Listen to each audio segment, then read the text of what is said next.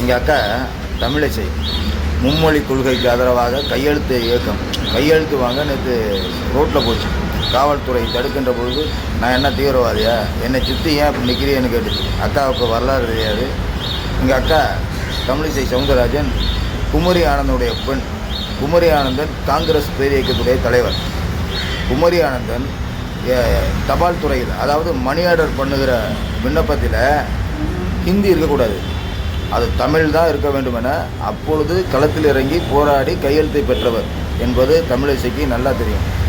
அந்த போராட்ட நிமித்தம் தலைவர் கலைஞரிடம் அந்த போராட்டத்தை எடுத்து செல்லுகிற பொழுது தலைவர் கலைஞர் சொன்னார், குமரி ஆனந்தன் சொல்லுவது கரெக்ட், அது சரியான வார்த்தை.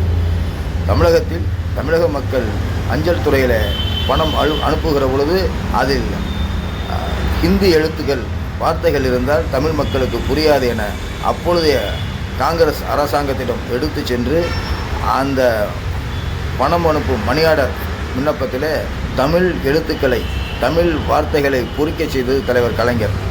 அதற்கு இந்த போராட்டத்தை முன்னெடுத்தது தமிழிசையுடைய தந்தையார் குமரி ஆனந்தன். இது அக்காவுக்கும் தெரியும். இதெல்லாம் தெரிஞ்சிருந்தும் ஏன் மதத்தை தழுவுகிற பாஜகவை கையில் தூக்கி கொண்டு கையெழுத்து வேட்டை வாங்குவதற்கு களத்தில் இறங்கி சுடும் வெயிலிலே, அதுவும் சுடும் வெப்பத்திலே தன்னையும் வருத்தி கொண்டு தமிழகத்தையும் வருத்துகிற வேளையில் ஏன் தமிழிசை அக்கா செயல்படுகிறார் என்பது மனதிற்கு வேதனை அளிக்கிறது. நன்றி.